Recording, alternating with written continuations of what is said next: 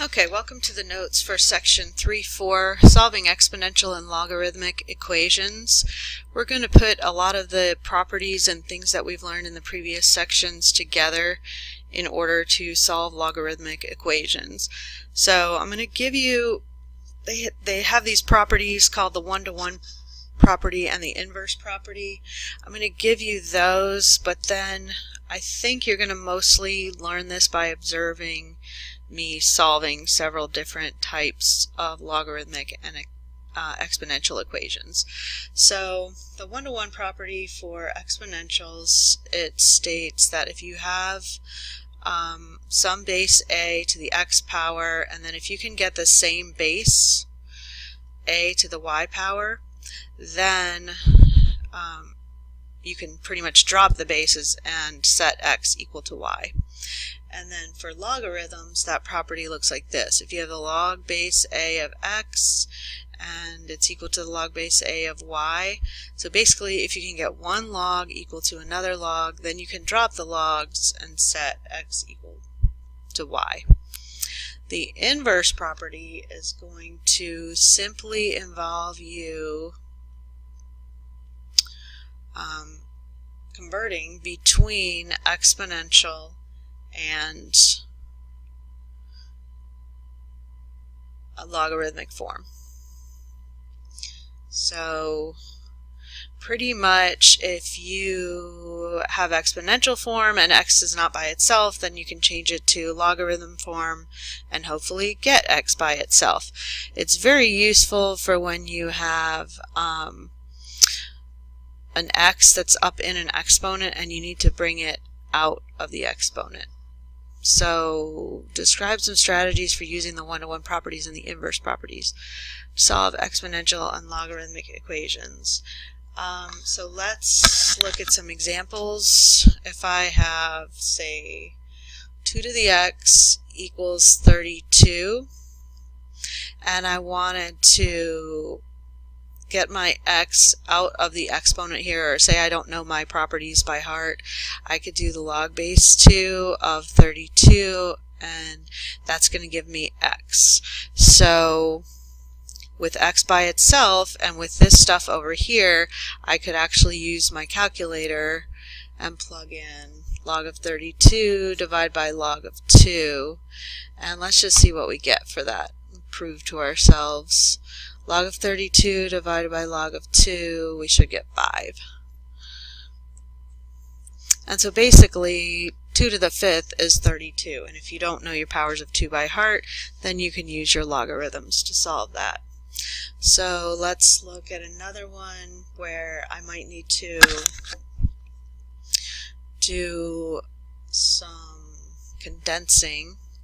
So if I have the log base 4 of x minus the log base 4 of 8, and that equals 0, I see this subtraction, that's my quotient property. So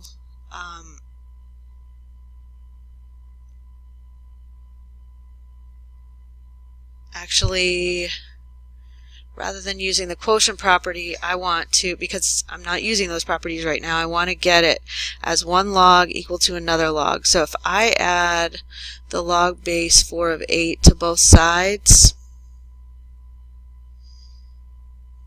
then I end up with a log base 4 of x equals log base 4 of 8, and once I have two logs that are equal to each other, I can drop the logs, and so that's going to help me solve that one. Say I have the natural log of x minus the natural log of 3 equals 0. I'm going to use this same type of property where I'm going to add the log base natural log of 3 to both sides. Then I get natural log of x equals natural log of 3.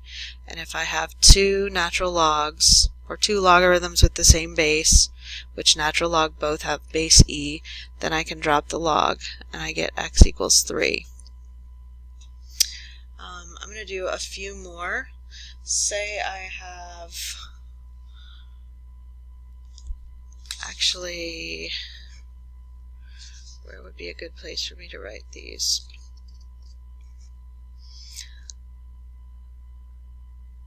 I'm going to go out to the side here, extra examples.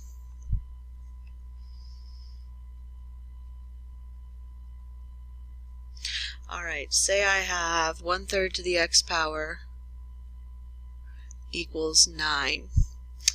And for this one I'm going to be using the one-to-one property for exponentials. And what I want to do is rewrite this so that I'm using a power of the same number. So I've got 1/3 and 9, and I can see that both of those are powers of 3. So I'm going to rewrite 1/3 as 3 to the negative 1, and I'm going to rewrite 9 as 3 to the 2. And once I've got my same base, and then I use power to a power here, so that's 3 to the negative x equals 3 to the 2. So then I can drop the bases. So negative x equals 2 or x equals negative 2. So the key there was to get my exponent as the same base. Okay, and let's do another extra example here. I'm just going to divide out a space. Okay, so if e to the x equals 7,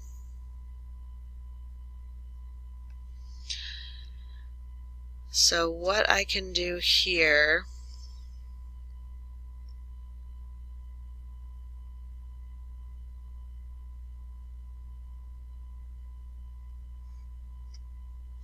well, there's a couple of different approaches that I can take here. I can convert this from exponential into logarithmic form using my around the world. So I could say the natural log base e, which all natural logs have base e, of 7 is x. So if I just took the natural log of 7 in my calculator, I would be able to solve for x. So let me do that. Natural log of 7. So x is 1.95. Another approach you're going to see to this one, anytime you want to get rid of an e, or the inverse operation of the exponential with e is the natural log. So you can actually take the natural log of both sides. And even though this probably isn't correct mathematically, when I have a natural log of e, I know they're inverses of each other, and I cancel them out. So I get x equals the natural log of 7. And then I can plug that into my calculator. So you can kind of see how you end up in the same place. So you're probably going to see me, whenever I want to get rid of an e, I'll take the natural log of both sides. Another example. So say I have the natural log of something equals -3. The approach I would take to that is I would take them both, because I want to get rid of a natural log. The inverse operation of that is the e power. So now I would take them both to the e power. So e to the natural log of x equals e to the -3rd, and these guys will cancel, giving me x equals e to the -3rd, which is something I should be able to put into my calculator. So let me try in my calculator to do, alright, so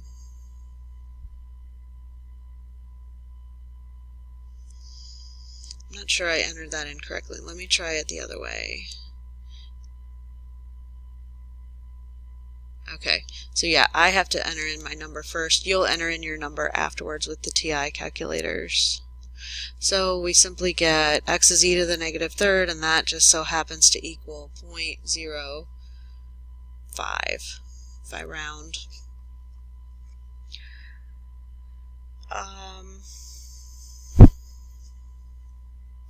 Kind of running out of room here, but let's try a few more. If I have a log base 10 of some number x, and that is equal to -1, I can I probably would convert this into exponential form because I've got a log and x is inside of the log, and if I want to get it out, I'm going to use my around the world, so 10 to the negative 1 equals x, so therefore x equals 1/10.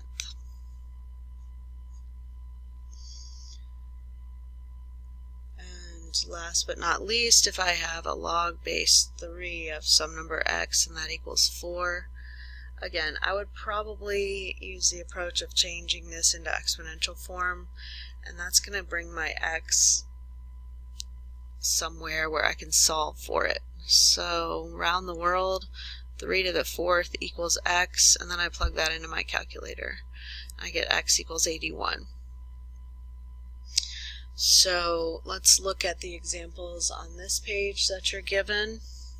If I've got the log base 8 of x equals 1/3, I can see that my x is inside of my log, and if I want to bring it out, that's where I would change it into exponential form using my around the world.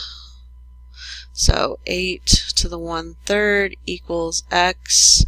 Now we know 1/3 power is the same as a cube root, so the cube root of 8 is 2.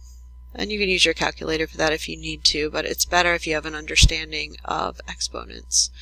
And now here in example 1b, I've got 5 to the power of x equals 0.04. And again, anytime I want to get a power or an x out of an exponent, I can take the log of both sides. So log of this, log of that.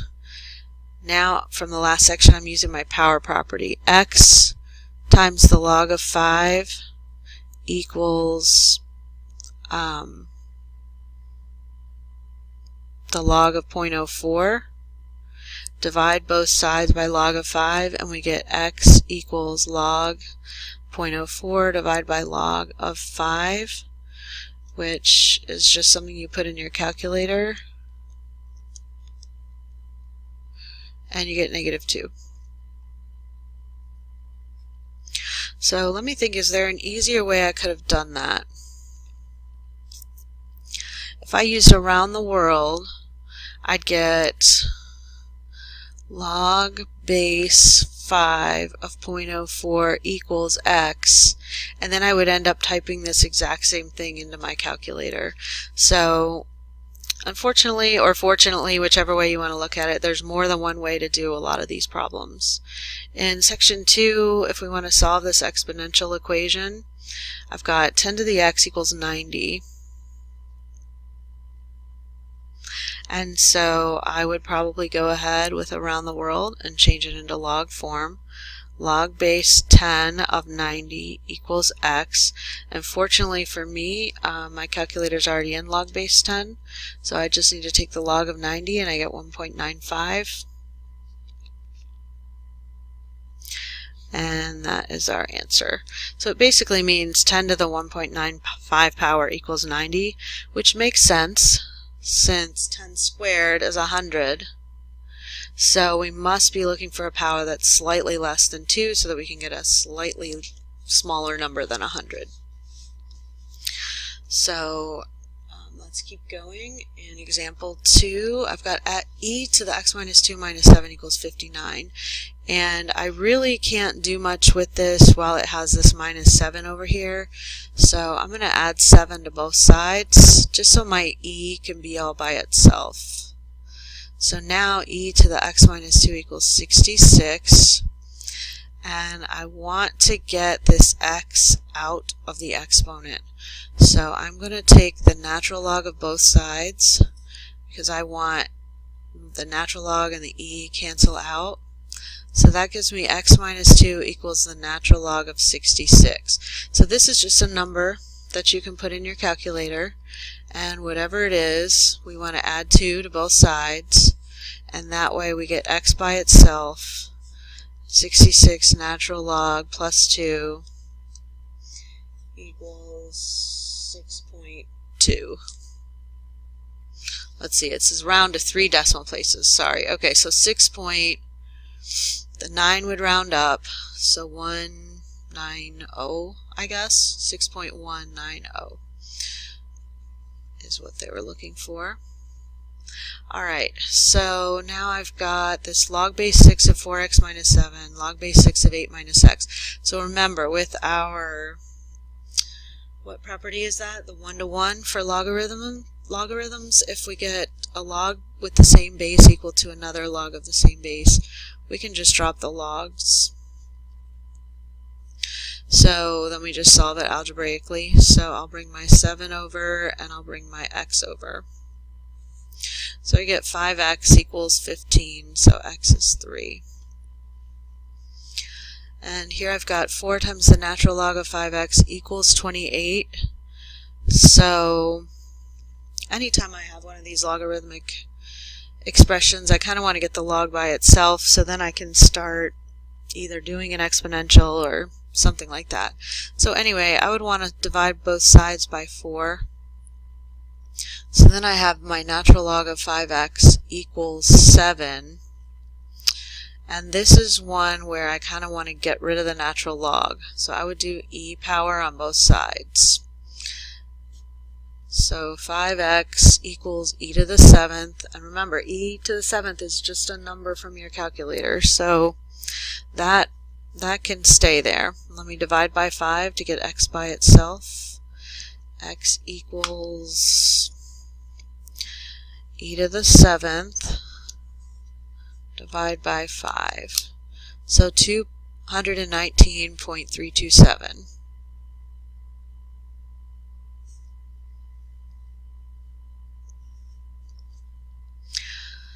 Describe a method that can be used to approximate the solution of an exponential or logarithmic using a graphing utility.